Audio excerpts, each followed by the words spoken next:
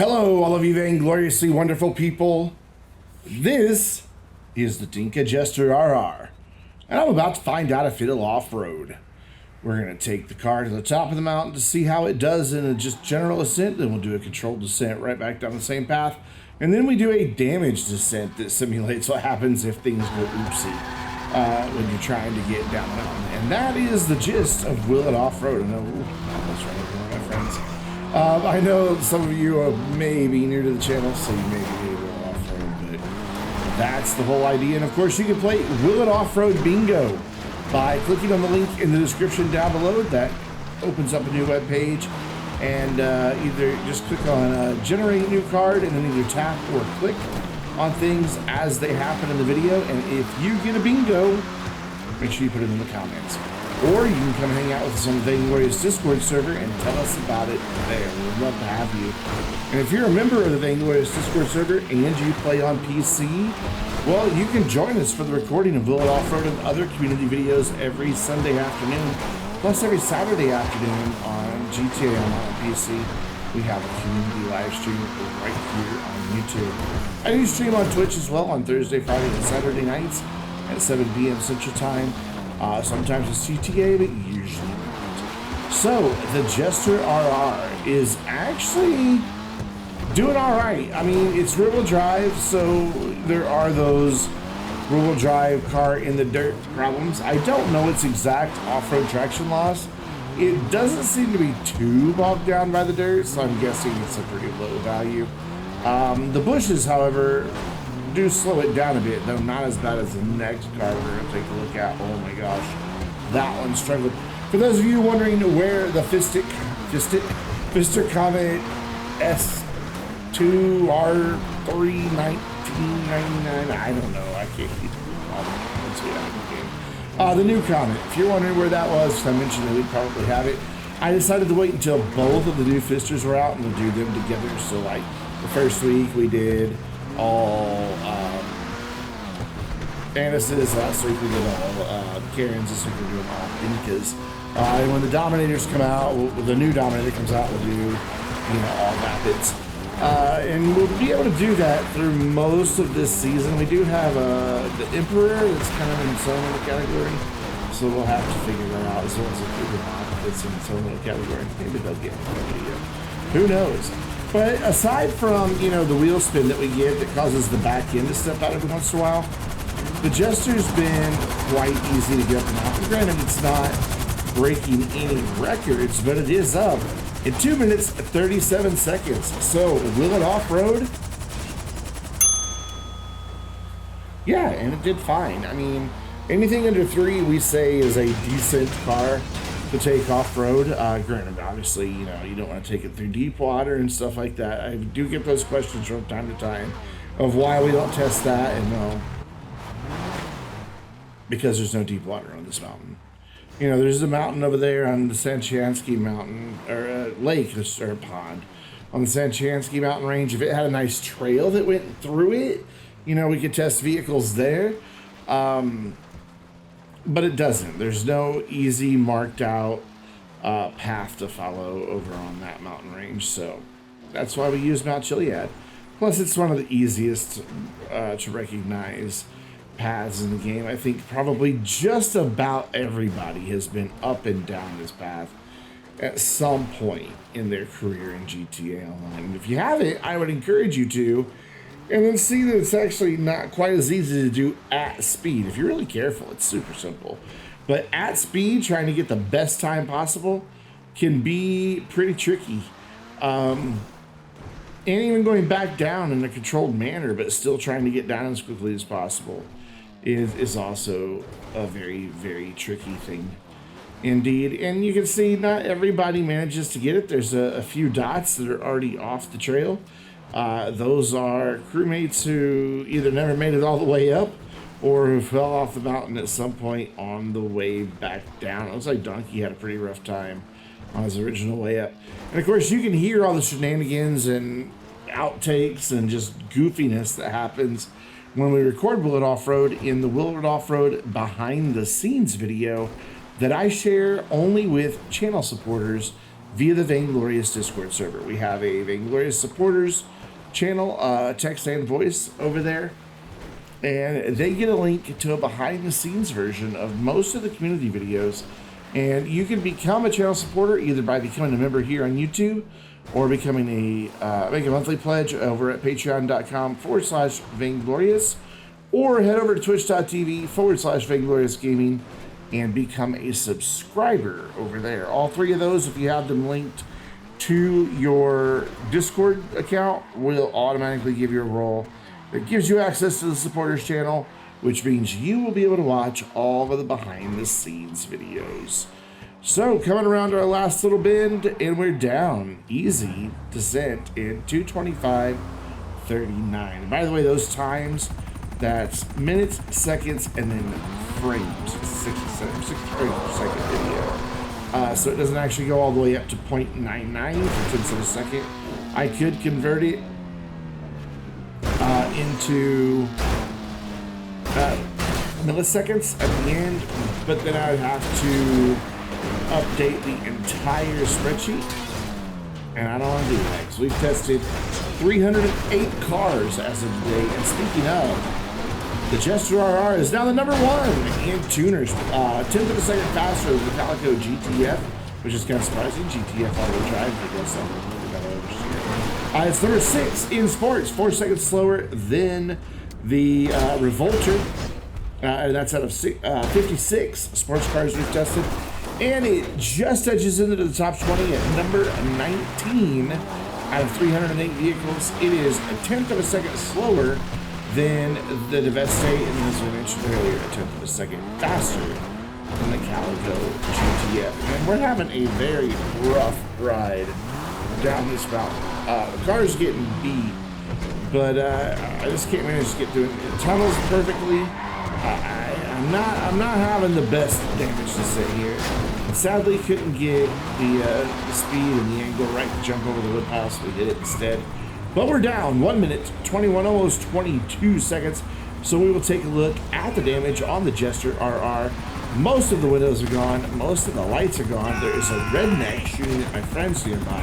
The hood is missing. The doors won't close. And there is ever so slightly minor body damage.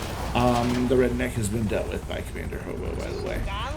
There's the support vehicles that accompany this. We'll take a look from the front.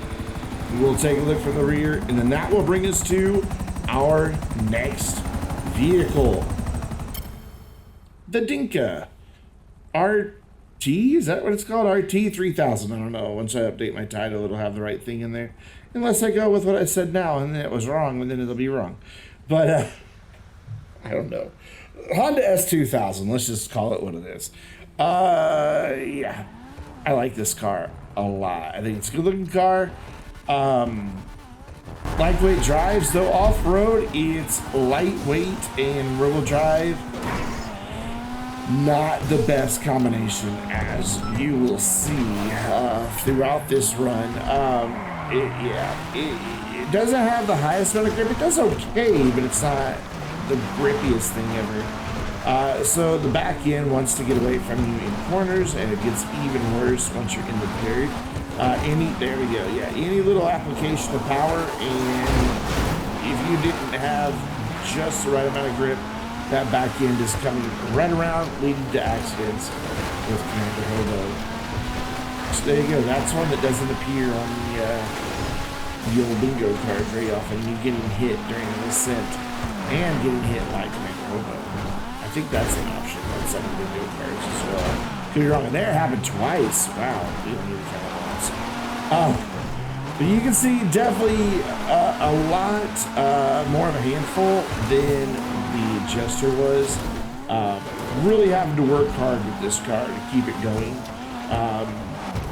It may not look like it. This took a lot more effort to keep this car going straight, to keep it on the mountain. Of course, coming back down, the bounciness kind of bites us in the butt a little bit, and you'll see that. But yeah, you can see just constantly the back end just trying its best to step out and to come around on me. And then there, because of its super lightweight, it almost stops dead.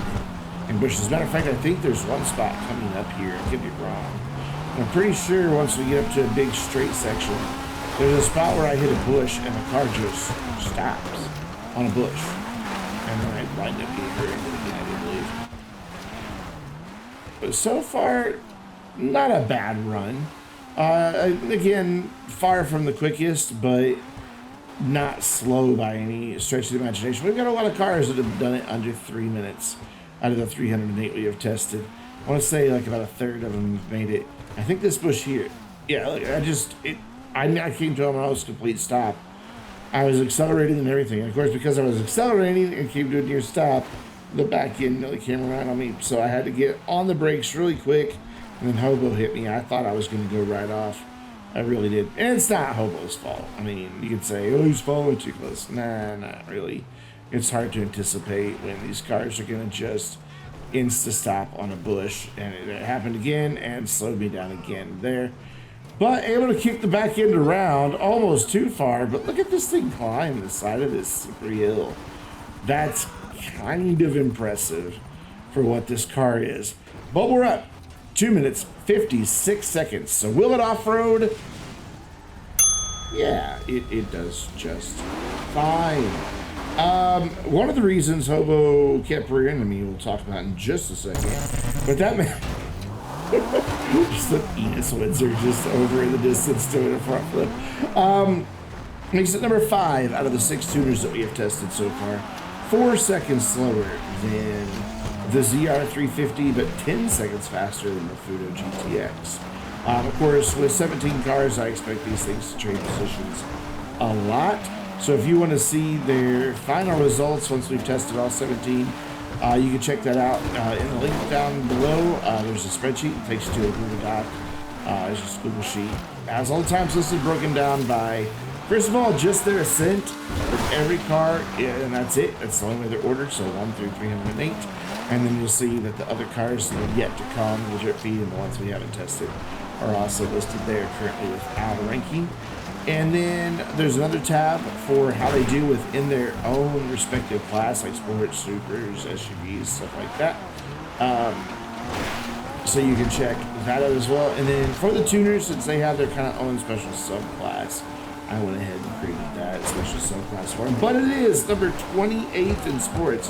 And a good reason Hobo's Jester Classic kept rear-ending me, the Jester Classic's a second and a half faster up the mountain. So Hobo was having to hold his car back quite a bit.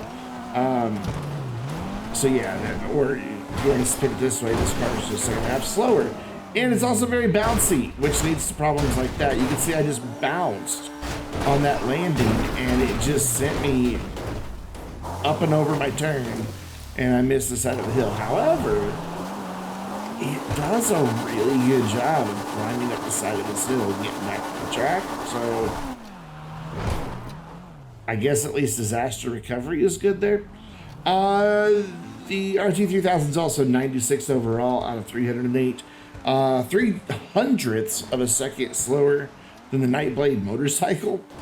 And 1700ths of a second faster than a scramjet, as my pin goes to the click. By the way, if you've been hearing weird clumps and thuds and jingles in the background, not like, you know, cereal commercial jingles, but like a jingle sound, it's my kitten. She's really high strung tonight, and she's wearing a brand new collar that she hates. Oh my gosh, this car just was like, no, I'm not gonna stop in time. So I'm just like, screw it, we'll skip that whole corner. But yeah, my kitten has a new collar that she hates, and she's high strung anyway, because she's a kitten. That's what they are.